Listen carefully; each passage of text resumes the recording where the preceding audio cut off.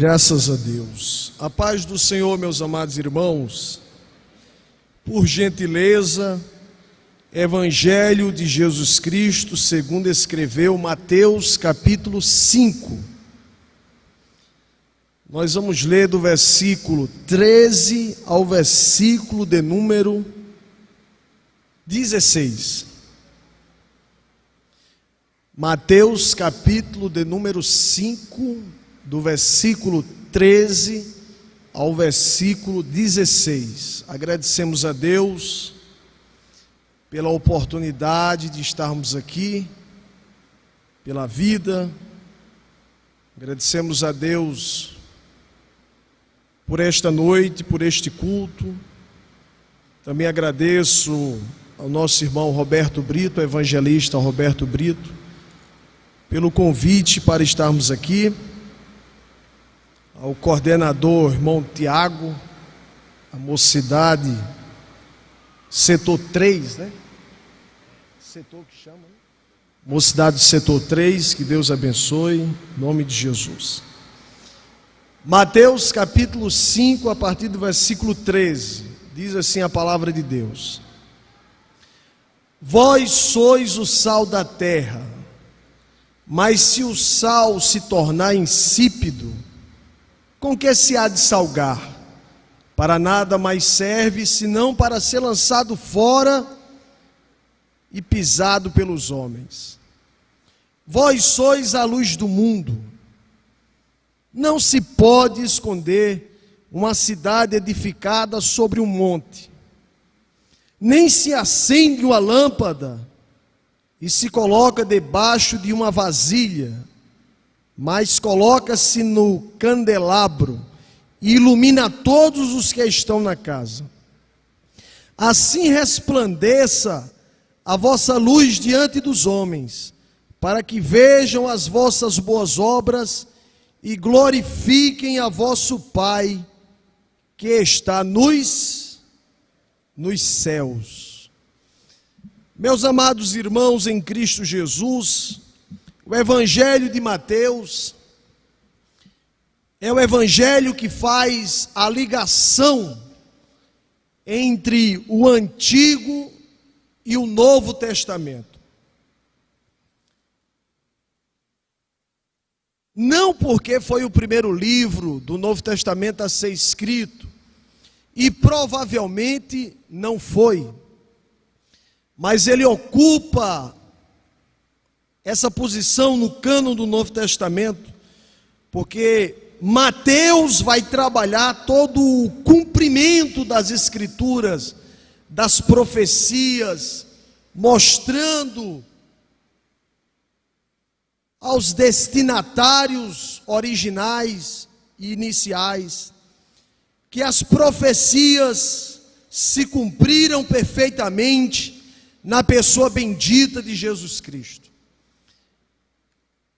Por isso que Mateus vai dizer várias vezes, para se cumprir o que foi dito pelo profeta, para se cumprir as Escrituras, Mateus registra alguns discursos de Jesus, alguns sermões de Jesus, dos quais o Sermão do Monte é muito famoso e muito conhecido,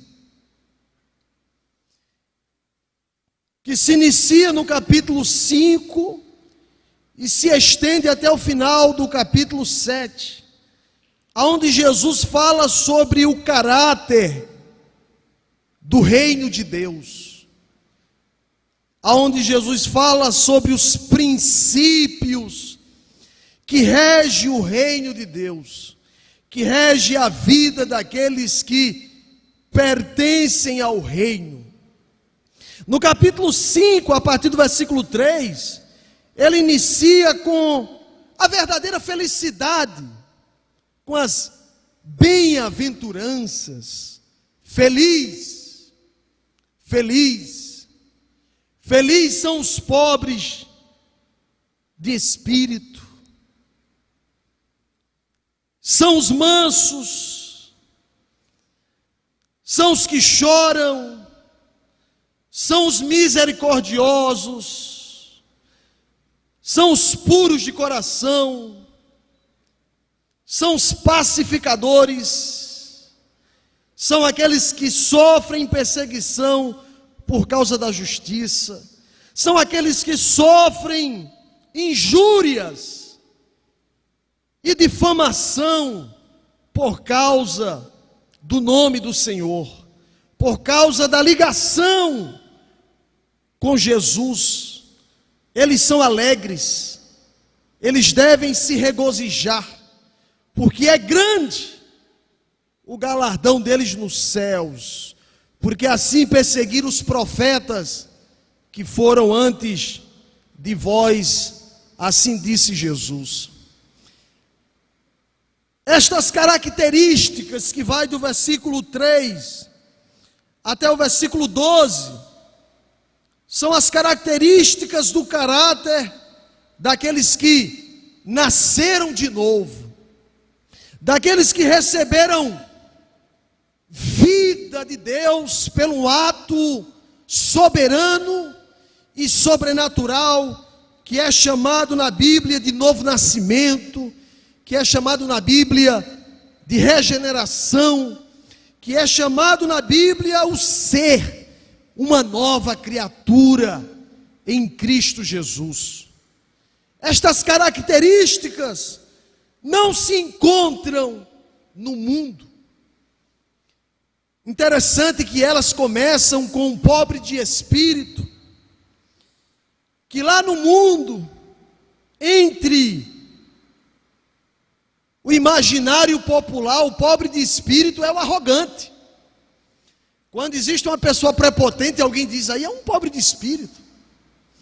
Ou pode ser interpretado como o catolicismo romano, como pobreza literalmente financeira, mas é pouco provável, porque o texto já diz que é pobreza de espírito, não é pobreza financeira.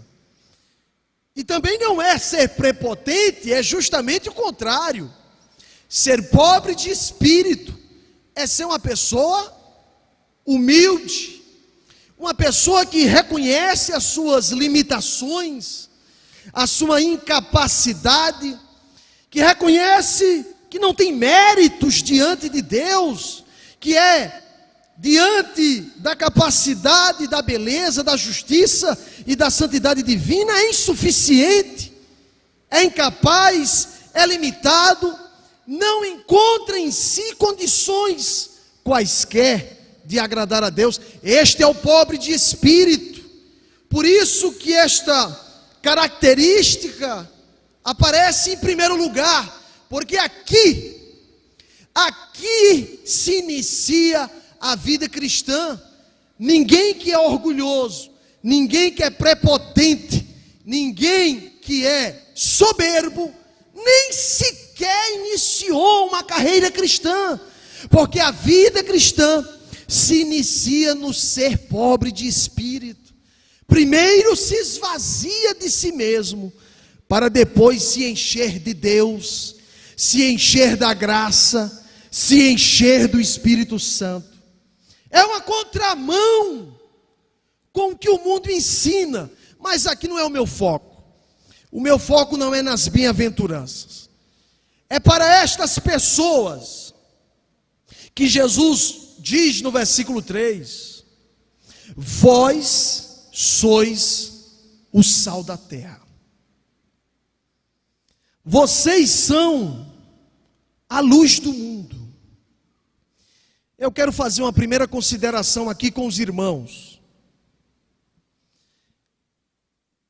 A primeira consideração que eu quero fazer com vocês é: quem é esta terra, quem é este mundo que Jesus se refere?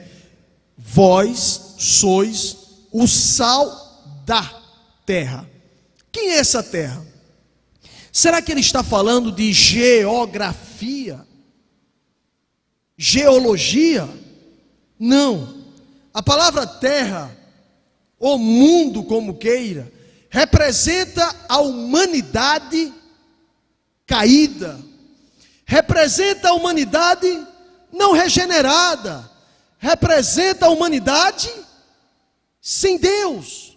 E a primeira consideração que eu quero fazer aqui, meus irmãos, é que Jesus está querendo dizer aqui, está dizendo, que esta humanidade, sem Deus, ela está em um processo, e é um processo de apodrecimento, é um processo de putrefação, é um processo de decomposição, é um processo de deteriorização. A primeira coisa que Jesus diz aqui é o estado desta terra, é o estado desse mundo. E aqui nós temos o quê? Uma tendência para piorar. E eu aqui não quero ser infame, não quero ser leviano, para negar os avanços dessa humanidade. Por exemplo, podemos falar, para não sermos injustos, sobre o avanço dessa humanidade com relação à comunicação. Quando os portugueses chegaram aqui no Brasil, eles se comunicavam através de cartas. Depois veio o rádio, depois veio a televisão, depois veio a internet. Existe, eu não quero negar isso, que existe um avanço gigantesco com relação à comunicação. Por exemplo, neste exato momento, eu acredito que este culto está sendo transmitido pela internet, e pessoas que estão agora lá no sul do país, lá no Rio Grande do Sul, lá em Santa Catarina, lá no Paraná ou no Sudeste, estão podendo agora, através desse avanço, nos acompanhar ao vivo. Você quer falar com uma pessoa lá nos Estados Unidos, você pega o seu aparelho, o celular, e você consegue se comunicar com essa pessoa. É um avanço realmente extraordinário. Também podemos falar no avanço da humanidade com relação ao transporte. O que dizer de pessoas que no passado, para sair do Nordeste e chegar no Sul e Sudeste, levavam dias. Hoje, se alguém pegar um carro, vai levar pouco tempo. E se pegar um avião, aí 3 horas aproximadamente, saindo aqui do aeroporto, está em São Paulo. Isso aí é um avanço extraordinário. Eu não posso negar isso, não posso ser leviano. Existem avanços na tecnologia, existem avanços na medicina. Hoje estão usando um robô para fazer uma operação e uma cirurgia. É magnífico. O que dizer de tratamento com células-tronco? O que dizer da genética, que acaba mapeando e descobrindo as origens das doenças? Descobre que o mal que você tem é hereditário, é genético. As grandes descobertas da genética. Também não estou negando isso. Tem muito avanço, tem ou não tem? São vários avanços. Agora, meus amados e queridos irmãos, Jesus disse, e quem disse não foi Alanildo, e quem disse não foi Genésio, quem disse foi Jesus, que o mundo está em um processo de apodrecimento. Tá bom, vamos deixar de lado os avanços na comunicação, vamos deixar de lado os avanços no transporte, vamos deixar de lado os avanços na medicina, vamos deixar um pouco de lado os avanços na tecnologia e vamos falar sobre a vida moral. Quais são os avanços que a humanidade tem feito com relação à moral? Nenhum. Pelo contrário, a cada dia que se passa, existe uma degradação da moral. Quais são os avanços desta humanidade com relação à vida realmente social entre o seu próximo entre a vida na comunidade. Quando, lá no século XIX, quando estava chegando o fim do século XIX, começou a aparecer uma expectativa.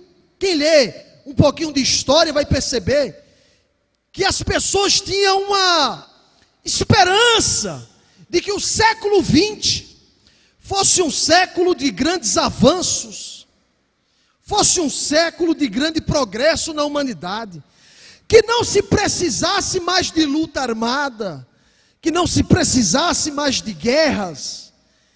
E aí tinha aquelas ideologias utópicas de que o século XX fosse um paraíso.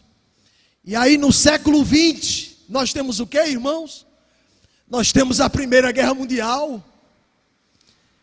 No século XX nós temos a Segunda Guerra Mundial. E aí, quando foi para o finalzinho do século XX, se criou toda uma expectativa sobre o século XXI. Será o século da tecnologia, será o século do progresso.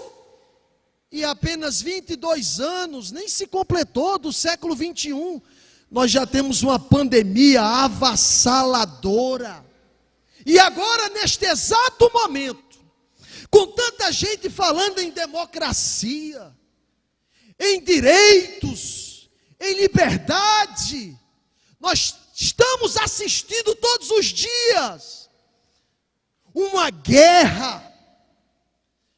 Nós estamos assistindo o noticiário, e o noticiário é o quê?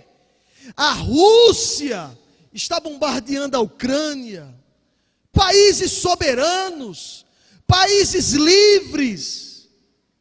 Aí eu pergunto a vocês, cadê o avanço dessa humanidade no sentido moral, no sentido espiritual? Sabe por que nós não vemos isso? Nós não vemos isso porque quem disse não mente, quem disse não engana, quem disse é verdadeiro. E ele disse o seguinte: passarão os céus, passarão a terra, mas as minhas palavras não hão de passar. Vocês estão inseridos em um contexto que só vai piorar, e não me chame de pessimista. Não me chame de pessimista e não diga que existe ausência de otimismo na minha vida. Por quê? Porque eu estou exatamente compreendendo, entendendo a ideia, a visão, a cosmovisão que Jesus quer passar para os discípulos. Ou seja, essa humanidade sem Deus, a tendência é só piorar.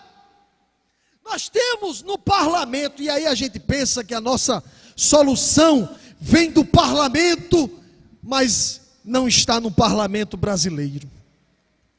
Enquanto pessoas estão defendendo os ovos de tartarugas, as mesmas pessoas estão fazendo leis pró-aborto. Imagina só, se você mexer, se você tocar num ovo de tartaruga, você pode ser detido, você pode ser preso por uma lei ambiental. Mas o parlamento está querendo aprovar a legalização do aborto. Agora me diga como é que eu entendo um negócio desse. Tem como entender isso? Não. Sabe por quê? Porque com todo esse pretexto ambiental, existe uma natureza pecaminosa, que tende dia após dia, fazer tudo aquilo que desagrada a Deus. E eu quero dizer uma coisa para vocês: a situação no Brasil, a situação na América do Sul, a situação na América do Norte, no continente asiático, europeu, só vai piorar. Só vai piorar. Porque esta é a mensagem de Jesus. O mundo todo dia se afunda, se afunda, se afunda e se afunda. E aí eu quero dizer uma coisa para vocês: Cuidado com essas ideologias utópicas de esquerda, ou até mesmo de direita, que vem dizer que um dia, sem a ajuda de Deus, sem nascer de novo, sem fazer parte do reino de Deus, nós teremos uma sociedade igualitária, onde não haverá diferenças sociais e de classes. Isso é uma verdadeira balela, que na prática nunca se mostrou verdadeiro, porque Jesus foi quem disse: isto nunca vai acontecer, porque o mundo está em um processo de apodrecimento.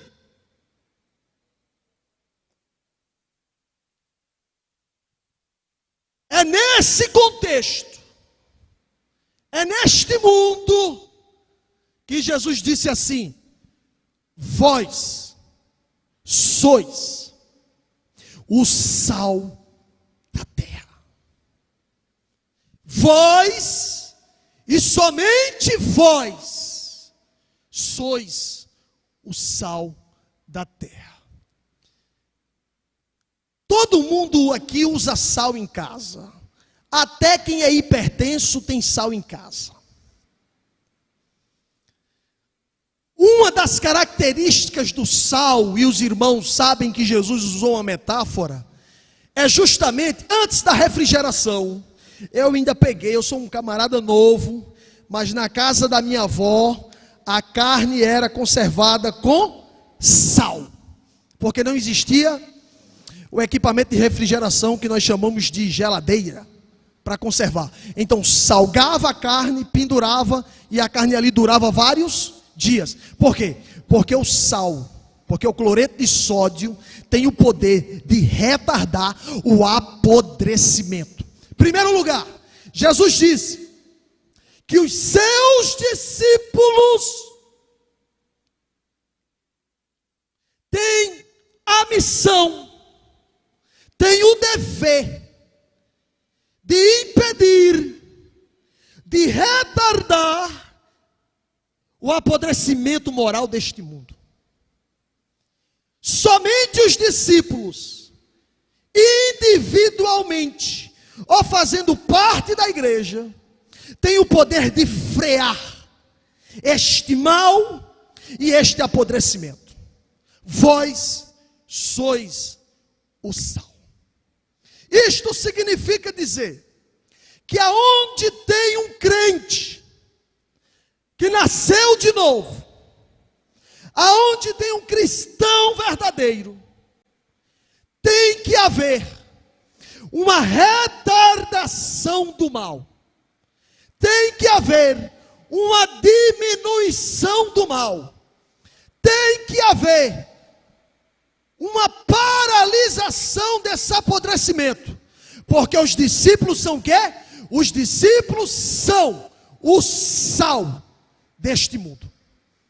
Os discípulos são o sal da terra. Aí, eu preciso dizer uma coisa para vocês. Algumas pesquisas dizem que os evangélicos no Brasil representam 25%. Eu já vi pesquisa que diz que representa 30%. Eu já vi pesquisa que diz que representa 35%, representa 40%. Enfim, eu já vi pesquisa que diz que nós somos 60 milhões de evangélicos no Brasil. E aí, com 60 milhões de evangélicos no Brasil, por que o Brasil não melhora? Porque os índices de violências não diminuem. Porque a diferença social não diminui. Porque os divórcios, Roberto Brito, não diminui nem na igreja. A quantidade de divórcios que os pastores estão fazendo é enorme. Ora, se você tem um aumento de evangélicos no Brasil, e o Brasil só piora moralmente, politicamente, tem alguma coisa errada com esse sal. Este sal não está salgando. Este sal não está produzindo o seu poder retardador de apodrecimento. É o que está acontecendo no Brasil, e não olhe para mim assustado. a grande evidência de que este evangelicalismo brasileiro está à beira da superficialidade e não produz transformação da nação, são os índices de violência, de droga, de maldade, de espancamento, de homicídios, de latrocínios, de roubos, de corrupção na política. Até aqueles que se dizem cristãos, que estão entrando no governo, estão pedindo exoneração por estarem envolvidos em corrupção. E aí eu pergunto a vocês: o sal está deixando de ser sal? E aí eu estou falando em um contexto macro, mas eu vou falar em um contexto que a gente se encontra lá na sua rua, lá na sua escola, lá na sua faculdade e universidade.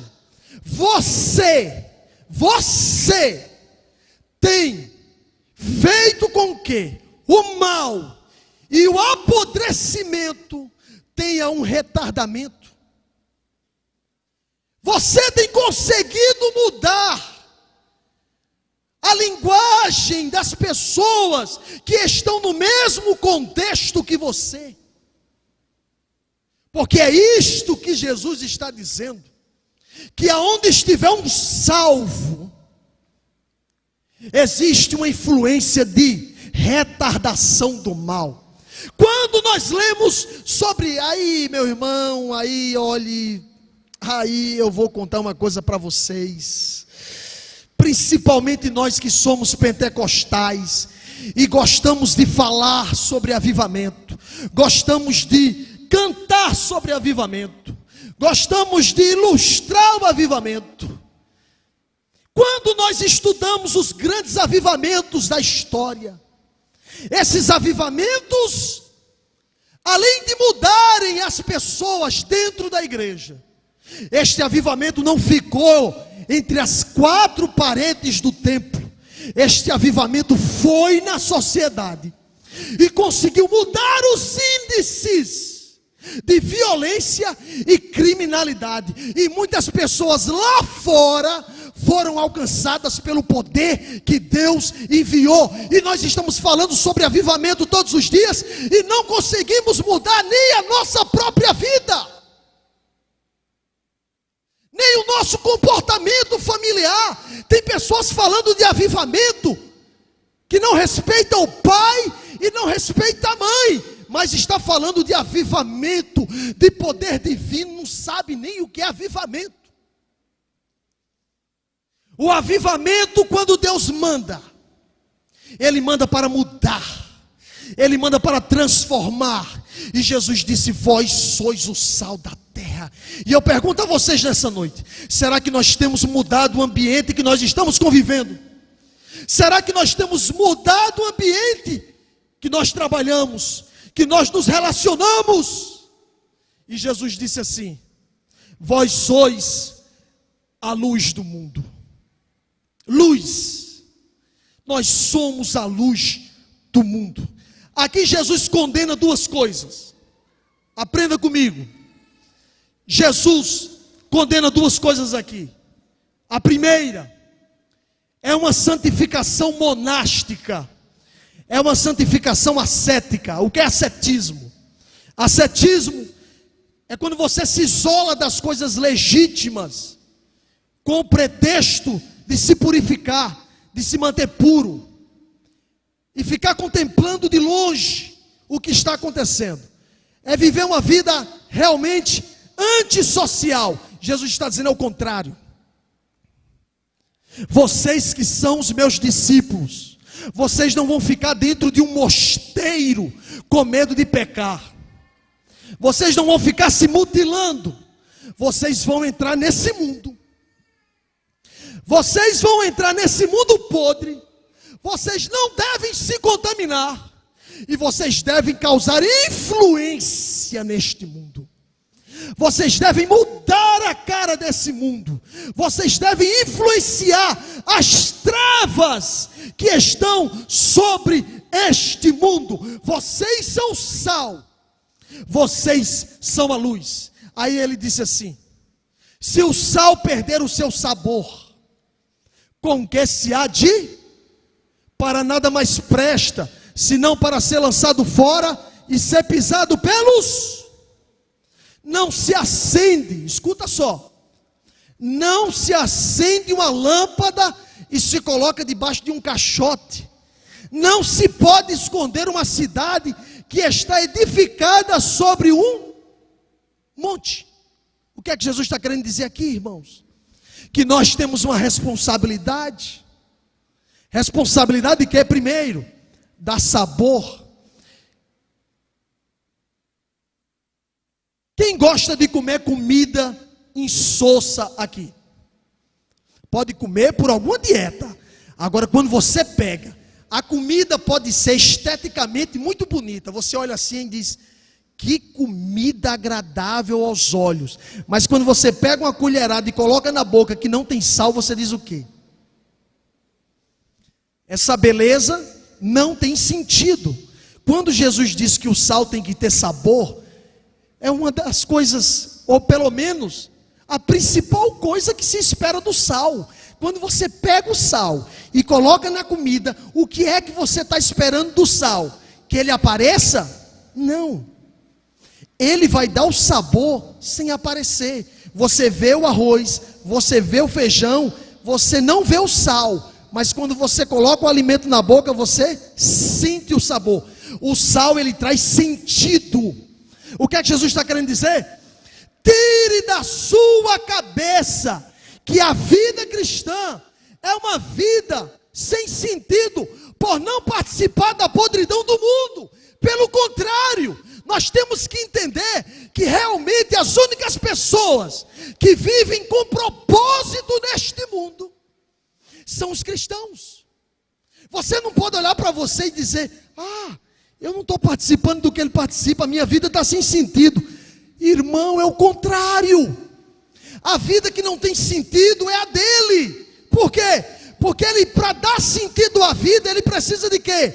Ele precisa do carnaval, ele precisa da pornografia, ele precisa da prostituição, ele precisa das drogas. E nós não precisamos de nada disso, porque quem dá sentido à nossa vida é aquele que disse: eu sou a própria vida, eu sou o caminho, eu sou a verdade, eu sou a direção. Nós devemos atuar dissipando as trevas. Agora segura. Se aqui as luzes dessa igreja estivessem desligadas, nós conseguiríamos ver alguns objetos aqui? Não. Então é natural que quando a luz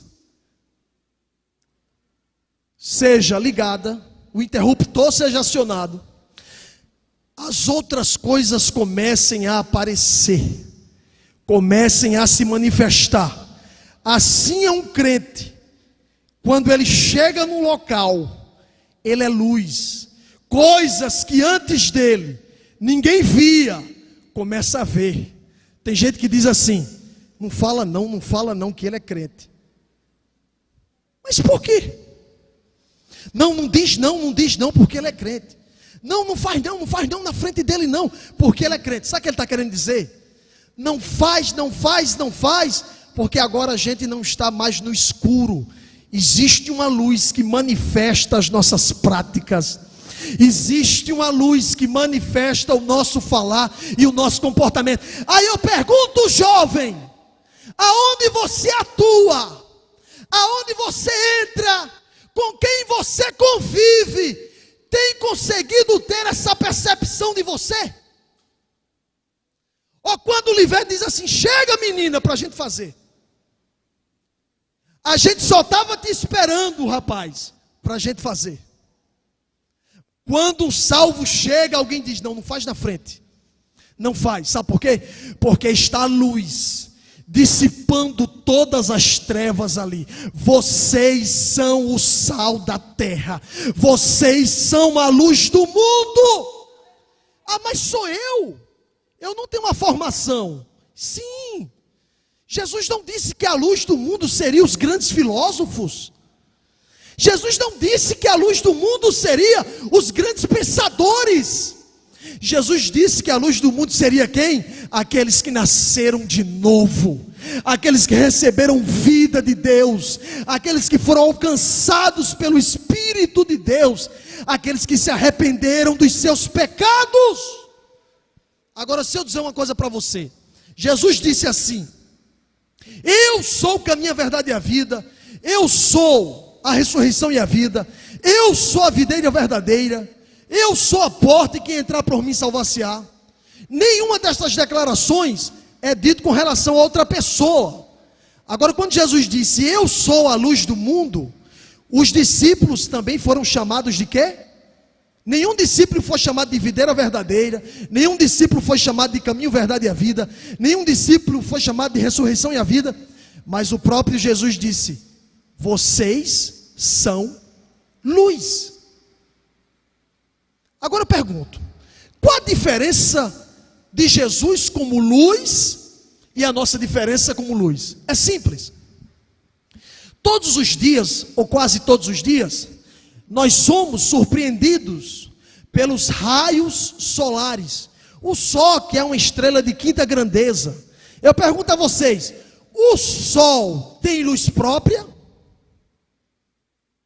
Sim, o Sol tem luz própria. Assim é Jesus. Jesus tem luz própria. Jesus é a luz. Jesus não só tem luz, Jesus é a luz. Agora eu pergunto a vocês, a lua, quando nós a vemos brilhando, a lua tem luz própria? Não. A lua reflete o brilho de outro astro. Nós somos como a lua. O brilho de Jesus bate na nossa vida e ele tem que ser refletido para o mundo. Quando o mundo vê a luz no salvo, está vendo uma luz que nós estamos refletindo o que vem de Jesus. Ele diz, vós sois o sal, vós sois a luz. E disse, assim resplandeça a vossa luz diante dos homens, para que vejam as vossas boas obras e glorifiquem a vosso Pai que está nos céus. Bacana, ainda bem que está chovendo, ninguém está apressado para ir embora, tá? Não, ninguém está apressado, porque quando vai assistir uma série na Netflix, aí perde o tempo. Não é possível que tenha alguém aqui olhando para o relógio, querendo ir embora, né? Quem é luz e quem é sal não está doido para ir assistir a série na Netflix. Graças a Deus que Deus mandou uma chuva. Vai ter um ônibus, mas até o ônibus você vai se molhar. Então me escuta. A única maneira de glorificar a Deus como é devido é sendo sal, é sendo luz. Porque quando você é sal e você é luz, você está sendo por causa do poder de Deus. Assim resplandeça a vossa luz diante dos homens, e glorifiquem o vosso Pai que está nos. Por exemplo, se alguém olha para mim, e eu chamo a atenção dessa pessoa para mim, se essa pessoa passa a me exaltar, a me glorificar, então eu não estou resplandecendo como Jesus mandou resplandecer. Essa luz não é a luz que Jesus está mandando você ser. Quando nós somos aquilo que Jesus disse que nós devemos ser, quem é glorificado nessa história? Quando alguém olha para um crente, uma jovem dessa, com compromisso, não vivendo de maneira antissocial, mas vivendo na sociedade, estudando, se relacionando, tendo redes sociais, mas com um caráter cristão, com um comportamento cristão, o que é que a pessoa vai fazer? Glória a Deus, porque em uma sociedade podre, existe uma pessoa como essa, existe uma pessoa como essa. Em um mundo em que os jovens estão escolhendo a prostituição, estão escolhendo a promiscuidade. Nós temos aqui hoje na Igreja Central de Tibiri jovens que estão escolhendo ser sal da terra e ser luz do mundo. Eu quero dizer uma coisa para vocês: nós não conseguiremos ser o que Deus quer sem a ajuda do próprio Deus. Então Deus nos dará a graça, Deus nos dará o poder, Deus nos dará a virtude, Deus nos dará todas as condições para sermos quem devemos ser. Agora eu preciso te alertar para encerrar aqui. Se não formos aquilo que Deus quer que sejamos, só serviremos para sermos pisados pelos homens. Não teremos sentido em estarmos na igreja, em fazermos parte do conjunto. O que se espera de você hoje e amanhã é que você refreie o mal onde você está, porque você recebeu vida, você recebeu poder para isso. É que você amanhã, aonde você chegar, você consiga dissipar as trevas. E aí quando for amanhã, o Espírito de Deus fará você lembrar do que eu estou pregando aqui. Quando você estiver se relacionando, você será um retardador do mal, ou você será um fertilizante e um adubo para aumentar o mal neste mundo. Que Deus nos abençoe, que Deus nos guarde, que Deus nos proteja, que sejamos, com a ajuda do Espírito Santo, aquilo que Deus, em sua misericórdia, vontade e graça, quer que sejamos. Que Deus abençoe a todos.